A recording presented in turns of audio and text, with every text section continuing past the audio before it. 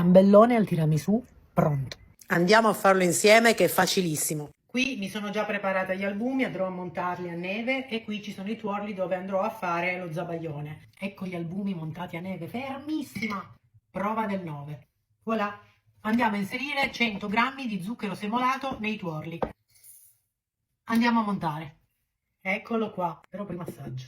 Poco poco. Troppo buono. Con una marisa andiamo a incorporare allo zabaglione gli albumi montati a neve. Iniziamo a girare piano piano.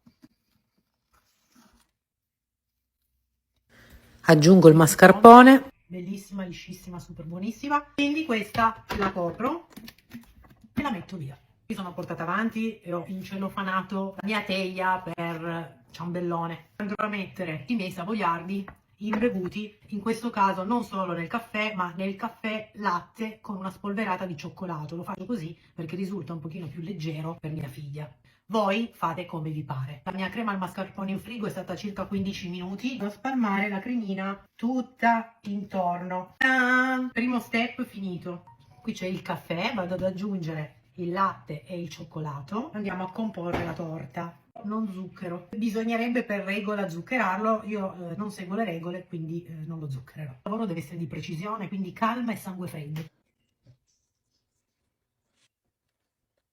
Adesso questo va nel freezer per una ventina di minuti. Prendere un po' colorato il mio ciambella tiramisù, faccio metà crema al cioccolato e metà bianca. Vado a mettere giusto un bel cucchiaino pieno di cioccolato e giro. Io non amo i dolci esageratamente dolci, mi piace sentire, diciamo, il gusto degli ingredienti e di conseguenza inizialmente ne metto sempre meno di zucchero.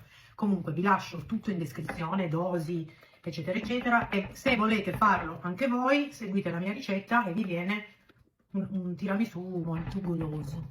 È passato il tempo, adesso mettiamo la crema. Inizio con la crema al cioccolato. Dopo aver messo la crema al cioccolato la livello e inserisco quella bianca, sempre livellandola con una spatolina. Ok ragazzi, spolverata di cacao amaro come se non ci fosse un domani e non abbiamo finito. Perché qui c'è ancora il nostro caffè con latte, qui c'è ancora un pacchetto di savoiardi. Vado a chiudere. Compongo la chiusura, metterò qualche altro biscotto, qua non si butta via niente. Altra spolveratina di cioccolato amaro. Poi per essere pignoli io faccio così, lo chiudo ma proprio leggera leggera lo vado a chiudere, Perfetto. Adesso vado in frigo e me lo dimentico, almeno 2 ore, dai. Passate le 2 ore potete impiattare.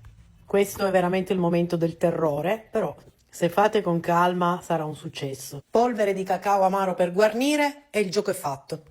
Tiramisù pronto, ciambellone al tiramisù pronto. E dobbiamo assaggiare, vediamo.